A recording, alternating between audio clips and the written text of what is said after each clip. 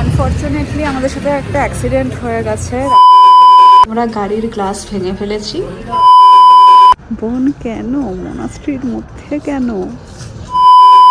Good morning travel ফ্রিক্স, আজকে আমার ট্রিপের সেকেন্ড ডে। তো এখন বাজে সকাল 8:30। আমরা রেডি হয়ে বেরোলাম ব্রেকফাস্ট করতে।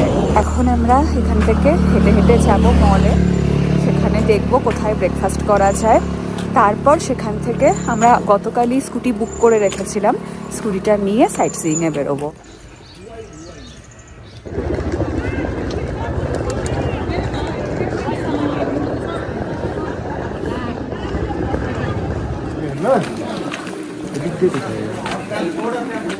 শোয়ানোটা বেজে গেছে।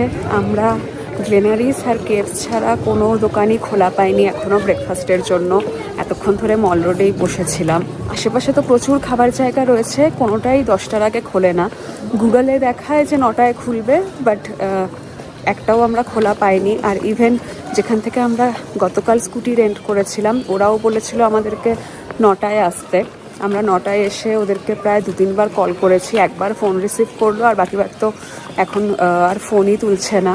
মনে হয় না সেটাও 10টার আগে খুলবে। তো আমাদের 1 ঘন্টা প্রায় লেট হয়েই গেল।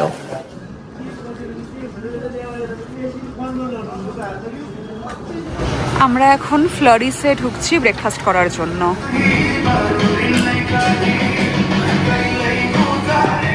আমরা অর্ডার করলাম একটা হট চকলেট আর একটা chicken and cheese sandwich. Here is our hot chocolate আর স্যান্ডউইচ। আমাদের ব্রেকফাস্ট করতেই 9:55 বেজে গেল। তো এখন আমরা আবার আমাদের বাইক রেন্টালের সামনে যাচ্ছি, দেখি খুলেছে কিনা। ফাইনালি খুলেছে, থ্যাংক গড। এখানে চিত্রকের ভোটার কার্ডটা জমা রাখলাম, আর এখন অথরাইজেশন লেটারটা ফিল আপ করা হচ্ছে। আমরা স্কুটিটার ভালো মতো করে ভিডিও করে নিচ্ছি, যাতে পরে কোনো সমস্যা না হয়।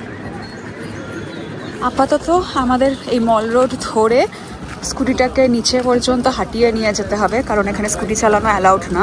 আমরা পেট্রোল পাম্প খুঁজতে খুঁজতে এক্সট্রা 5 কিলোমিটার ঘুরে নিলাম গুগল ম্যাপ দেখে। এখানে গুগল ম্যাপের ভরসা একদম করবেন না পেট্রোল পাম্প খোঁজার জন্য। স্পেশালি সবসময় লোকালদেরকে জিজ্ঞেস করে যাবেন। ফাইনালি আমরা একটা পেট্রোল পাম্প পেলাম। গুগলে অটো পয়েন্ট সার্চ করবেন, তার পাশেই এই পেট্রোল পাম্পটা রয়েছে। পেট্রোল ভরিয়ে আমরা ফাইনালি রওনা দিলাম। 11টা বেজে গেছে। তো আমরা প্রথমে যাচ্ছি ঘুম রেলওয়ে স্টেশন। আমরা যেখানে পেট্রোল ভরালাম সেখান থেকে ঘুম স্টেশনের ডিস্টেন্স হলো 6 কিলোমিটার।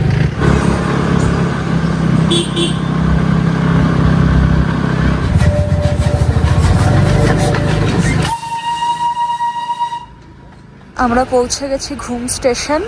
তার ঠিক অপোজিটেই এখানে পার্কিং এরিয়া রয়েছে। এখানে 1 ঘন্টার জন্য পার্কিং ফি হলো 20 টাকা। সো এই হলো ঘুম স্টেশন। এটা হলো এশিয়ার হাইয়েস্ট রেলওয়ে স্টেশন। এখানে একটা মিউজিয়াম আছে।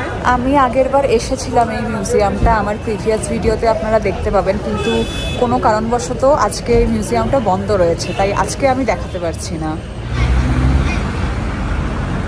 আমাদের ঘুম রেলওয়ে স্টেশন ঘোরা কমপ্লিট। এখন আমরা যাব ঘুম মনাস্ট্রি দেখতে। এখানে 2টো ঘুম মনাস্ট্রি আছে। ফার্স্টে আমরা যাব ওল্ড, দেন নিউ, দুটো একই রুটে পড়বে। আমরা যেখানে স্কুটি পার্ক করেছিলাম সেখান থেকে 50 মিটার এগিয়ে একটা লেফট টার্ন রয়েছে। সেই টার্নের একদম মুখেই মনাস্ট্রিটার ডিরেকশন দেওয়া আছে। সেই গলিটা ধরে 500 মিটার এগোলে আপনি পেয়ে যাবেন ওল্ড ঘুম মনাস্ট্রি। স্টার্লিংটার পাশেই আছে। এই মনাস্ট্রিটার অ্যাকচুয়াল নাম হলো ইগা চোয়েলিং মনাস্ট্রি। এটা প্রতিষ্ঠিত হয়েছিল 1850 সালে। ইন জেনারেল ট্যুরিস্ট এত ভেতরে আসে না, সবাই নিউ ঘুম মনাস্ট্রিটা দেখেই ঘুরে যায়।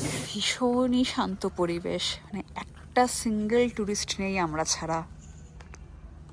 তো আমরা এখন যাচ্ছি নিউ ঘুম মনাস্ট্রি দেখতে। এটা হলো নিউ ঘুম মনাস্ট্রির entry point.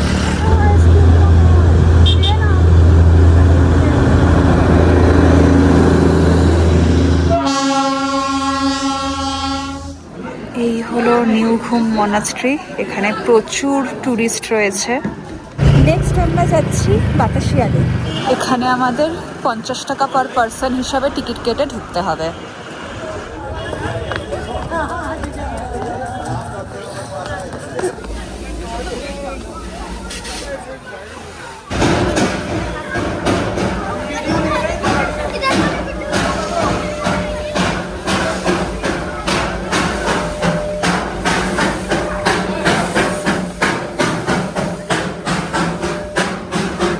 Batasia loop famous হলো এই জায়গাটা টয় ট্রেন পুরো 180 ডিগ্রি একটা রাউন্ড নেয় সেটার জন্য। আমার পার্সোনালি বাতাসিয়া লুপ খুব একটা ভালো লাগে না, কারণ এখানে অলওয়েজ এত ক্রাউড থাকে, চিৎকার চেঁচামেচি ক্যাও ম্যাও হতেই থাকে। এখানে আসলে বোঝা যায় অ্যাকচুয়ালি ইন্ডিয়ানদের সিভিক সেন্স কতটা কম। বসার জায়গায় দাঁড়িয়ে আছে। এখানে দূরবীনের ব্যবস্থা রয়েছে, আপনারা 50 টাকা দিয়ে দূরবীনের মাধ্যমে পুরো দার্জিলিং টাউন আর কাঞ্চনজঙ্ঘার ভিউ দেখতে পারেন। আজকে ওয়েদার তো পুরো হেজ হয়ে গেছে, হলে এখান থেকে কাঞ্চনজঙ্ঘার খুব সুন্দর ভিউ পাওয়া যেত। তো যাই হোক, এখানে দেখছি লোকজন সুন্দর সেজে গুজে একবারে লাফিয়ে ছাপিয়ে 50 টাকা উসুল করতে ব্যস্ত রিল বানিয়ে। বাতাসিয়া লুপ ঘুরে এখন আমরা নেক্সট যাচ্ছি ডালি মনাস্ট্রি।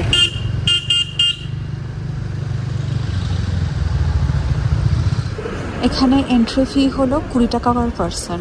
ইন জেনারেল ইন্ডিয়াতে কোনো ধর্মীয় স্থানে এন্ট্রি টিকিট নেওয়ার নিয়ম নেই। এর আগে যখন এসেছিলাম তখন আমি জানতাম যে মিউজিয়ামের এন্ট্রি টিকিট হলো 20 টাকা, বাট এবার আমরা বললাম যে আমরা মিউজিয়াম তো ভিজিট করছি না, কিন্তু ওরা তাও বললো যে 20 টাকা এন্ট্রি ফি দিতেই হবে। এই হলো ডালি মনাস্ট্রি। ডালি হলো দার্জিলিংয়ের বিগেস্ট মনাস্ট্রি। আমার কাছে এটা দার্জিলিংয়ের বেস্ট মনাস্ট্রি, খুবই সুন্দর। সবথেকে বড় ব্যাপার, অন্যান্য মনাস্ট্রিগুলোর মতো এখানে একদমই ভিড় নেই, জায়গাটাও ভীষণ সুন্দর, এখান থেকে ভিউটাও ভীষণ সুন্দর।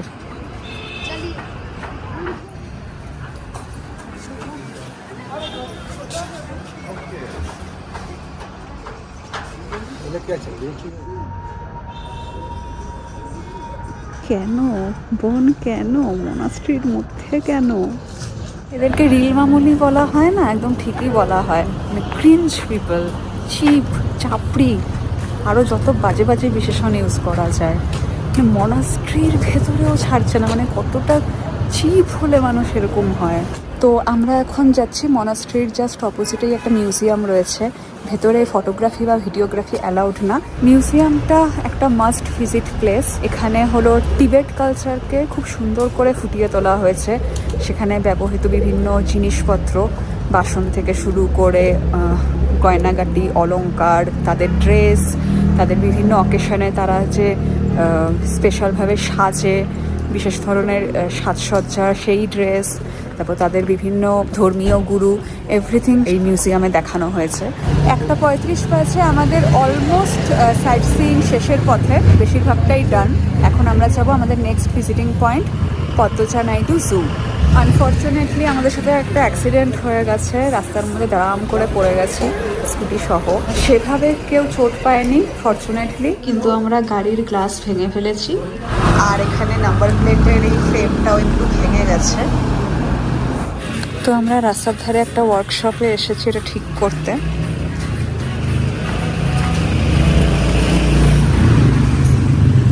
লেগেছে খুব? দেখি, সত্যি তো? পাটা দেখাও, কি অবস্থা। আমাদের মিররটা ঠিক করতে লাগলো 200 টাকা, আর নাম্বার প্লেটের ফ্রেমটা ঠিক করতে লাগলো 80 টাকা, আর 20 টাকা সার্ভিস চার্জ নিয়ে টোটাল 300 টাকা খরচা গেল। এখন আর চিত্রকের সাইট সিইংয়ের ইচ্ছা নেই, বেশ কিছু জায়গা পেন্ডিং থেকে গেল, যেমন জু, পিস প্যাগোডা, এগুলো এবারে আর যেতে পারলাম না। এখন আমরা ডিরেক্ট হোটেলেই ব্যাক করবো।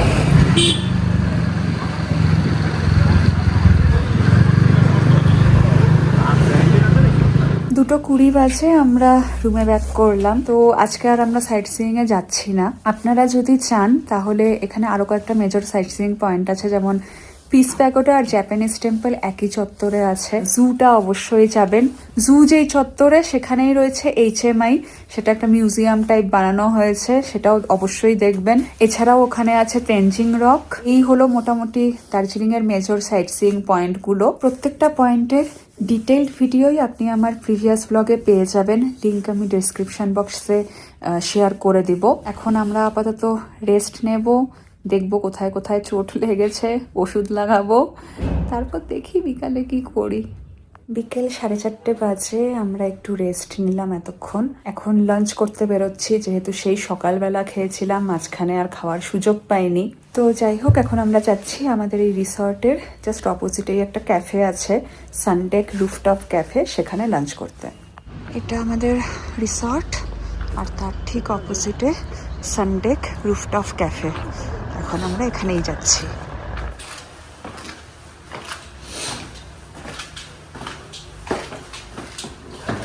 ছোট্ট সুন্দর ছিমছাম ক্যাফে।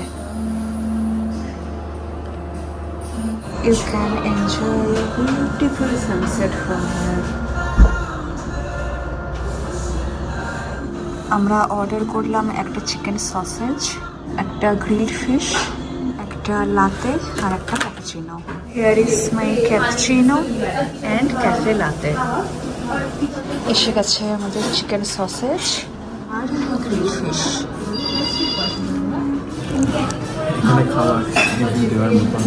এত বাজে, হাইলি ডিসঅ্যাপয়েন্টেড।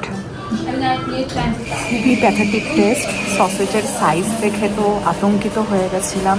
কেপসের ধারে কাছেও না, একেবারেই লো কোয়ালিটি, তেলে চপচপ করছে। গ্রিল ফিশটা তো মানে কি যে খাচ্ছি, জঘন্য একদম। ক্যাফেটার ডেকোরেশন যতটা সুন্দর ছিল, খাবার মান ততটাই বাজে। তো যাই হোক, এখন আমরা আমাদের রিসর্টে ব্যাক করছি। স্কুটিটা ফেরত দিতে হবে। আমরা এখন মল রোড ধরে এগিয়ে যাচ্ছি স্কুটি ফেরত দিতে। আমরা বাইকটা ফেরত দিলাম, যদিও সেরকম আর কোনো ড্যামেজ ছিল না, যা যা ছিল আমরা রিপেয়ার করেই দিয়েছিলাম। পার্ক স্ট্রিটের ঠিক থেকে ভিড়ের মতো মল রোডের ভিড় ভেদ করে আমরা এগিয়ে চলেছি। এই 3 দিনের ছুটিতে কলকাতার অর্ধেক লোক কলকাতা ছেড়ে দার্জিলিং ঘুরতে চলে এসেছে। সবাই গ্লেনারিসকে পথ দেখাতে এইভাবে ভিড় জমিয়েছে গ্লেনারিসের সামনে। তো আজকে সারাদিনে প্রচুর জাজমেন্টাল কমেন্ট করে এখন ফাইনালি আমরা হোটেলে ফেরার রাস্তা ধরছি। আজকের মতো অল অ্যাক্টিভিটি ডান। ডিনার আমরা হোটেলেই করব। কালকে আমাদের আর কোনো সেরকম অ্যাক্টিভিটি নেই। সকালে আমরা ব্রেকফাস্টটা হোটেলেই নেব, আর হোটেল থেকে চেক আউট করে আমরা ভাবছি গ্লেনারিসে লাঞ্চটা করে নেব। তো আমার দার্জিলিং রিভিজিট ব্লগ এখানেই শেষ হলো। নেক্সট ব্লগ আসা অব্দি, সায়োনারা।